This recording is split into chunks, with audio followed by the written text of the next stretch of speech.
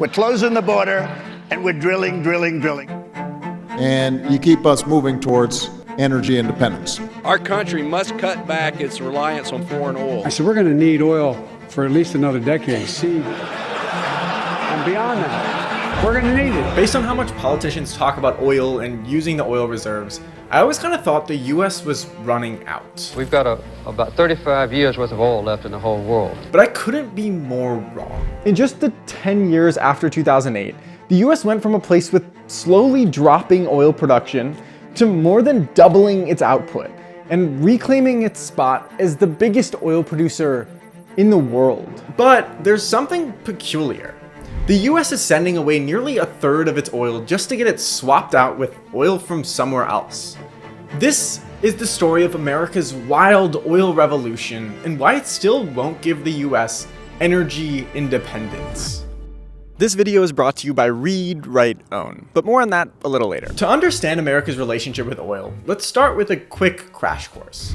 So for most of the last 150 years, the US has been the place to get oil. We drilled almost all of it, and we also use the most oil in the world. But in the late 1930s, other countries, namely Saudi Arabia and a few other Middle Eastern countries, realized they also have tons of oil.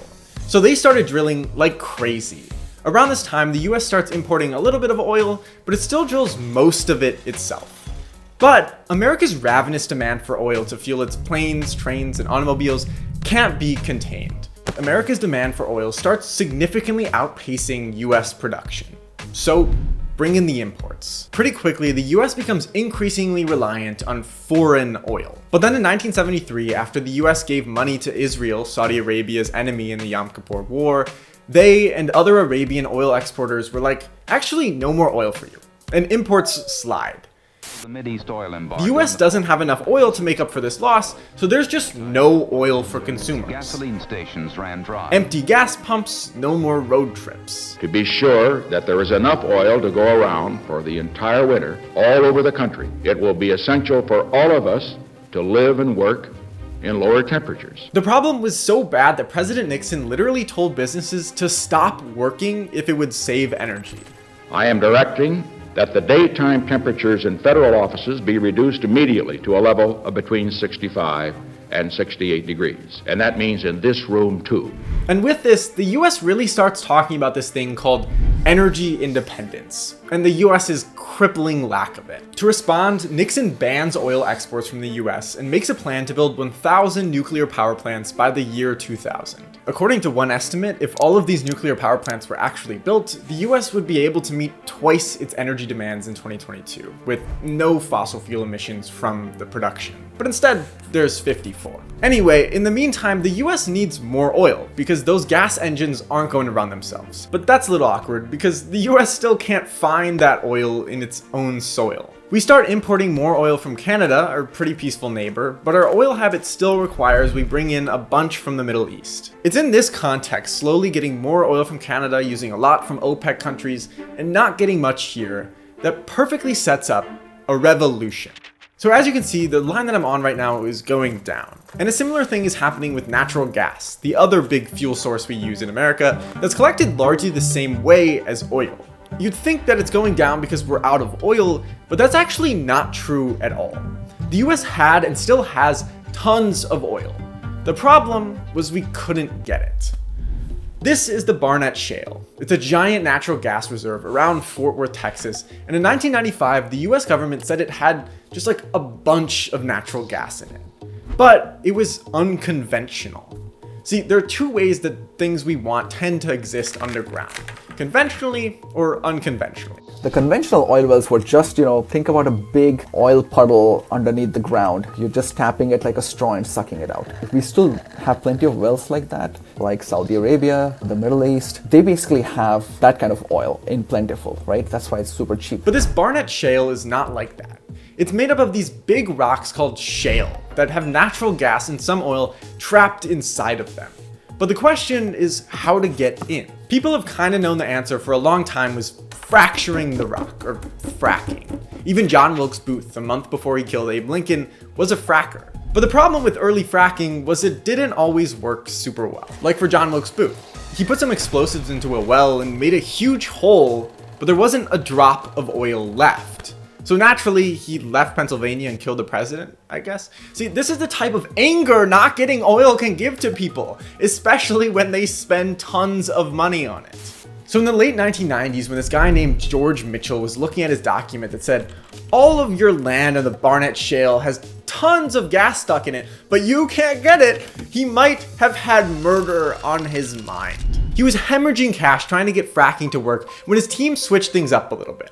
They used a newer technique of cracking open the rocks by shooting in a special water-based mixture and drilled sideways instead of just straight down. With the perfect tweaks, production gushed. A revolution. This finally made it fast and cheap enough to drill all of the lush resources trapped in America's shale. For a few years, producers were still skeptical. But then in 2008, oil prices hit all-time highs.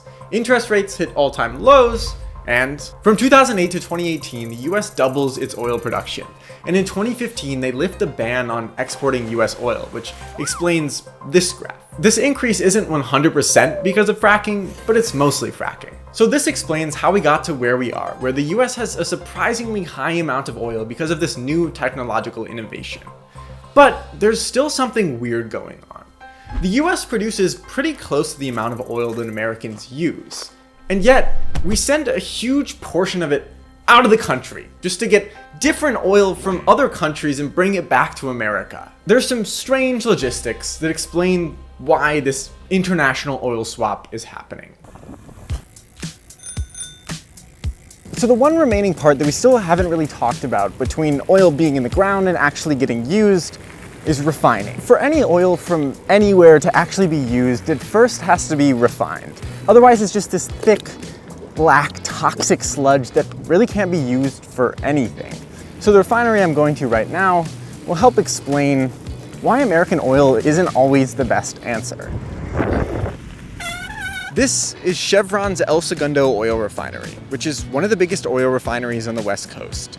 And most of the oil it's cooking isn't American. Instead, it's coming from one of these ships, which sit a couple miles offshore and quietly get their oil sucked out through these big pipes. In October of last year, the most recent data we have, this refinery got crude oil from South Korea, Argentina, Guyana, Mexico, and Colombia. And it's not just this refinery. Another Chevron in California imported crude oil from Iraq, Venezuela to Mississippi, Canada to Michigan, and even Texas, the state that drills almost half of the US's crude oil, imported 26 million barrels of crude just last October. Quick interlude, this honestly probably won't help you that much, but a barrel of oil is 42 gallons, so kind of similar to a bathtub. So this seems like a lot of work to just move all this oil around when we have it right here, but we just don't use it. So why don't we use our own oil? Well, there's a few reasons we don't. So first of all, a lot of American oil does stay in America. Like Texas drills a ton of oil and then refines it down the street. Then Texans can pump it into their pickup truck at a gas station. When it's all really close like this, almost all transportation costs are gone, which is why Texas has some of the lowest gas prices in the union. But the first problem is that not all the oil is next to a refinery, and the refineries aren't always next to the people who need it. We'll use Los Angeles as an example. In 2021, California used 605 million barrels of oil. The state happens to be one of the largest producers in the country, so part of that oil comes from inside the state. Like a few miles from this refinery is an oil field in the middle of LA, and there are some other famously hidden oil wells that are scattered throughout the city and next to people's houses. But all of the oil drilled in California still only accounts for a fifth of what it needs. So how about we just bring in some extra from Texas? For most of the country, there's a system of oil pipelines that take oil from the places where lots of oil is being produced to the people who want it. But California is an exception. The state and its almost 40 million residents have no crude oil pipelines coming in, and they probably never will. That's because even if the oil from Texas came to California, most refineries in the state wouldn't be able to use it. This is the biggest reason the US can't use its own oil. It's just not the right type. Let me explain. For simplicity's sake, I got this from the Explain Like I'm 5 subreddit. Let's imagine there are two types of oil in the world. One is strawberry, and the other is chocolate. For a long time, the US produced a bunch of chocolate oil.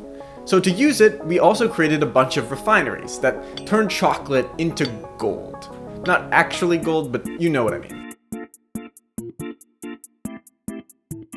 But then over time, especially with the use of fracking, the US oil supply became a lot more strawberry. And those chocolate refineries can't use that.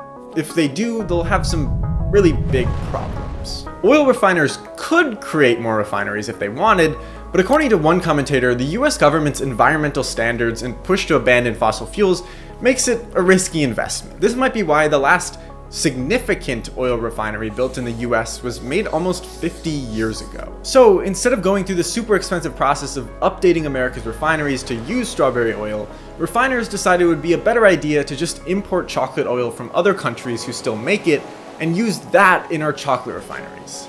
Then just send all that strawberry oil overseas where they have refineries for it. So this is why in 2022, 59% of oil going to California refineries came from foreign countries, and 80% of El Segundo's oil originates abroad. And despite exporting more, the US still imports pretty hefty sums of oil. The real picture is more complicated than this. Like, there's a whole range of differences in oil types, and refiners don't just use one super specific type, but the end result is the same. The companies who buy and sell oil decided that keeping the same refineries in America and just importing the right type of oil just makes them more money than using oil from the States. And that leads us to the final concern a lot of people have about American oil. Energy independence. Energy independence. The concept of energy independence is this really nice idea.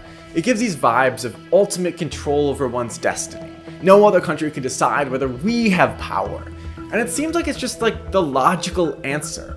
If we make it ourselves, it can be closer and cheaper, maybe? But the reality is that in a lot of cases, it's just not.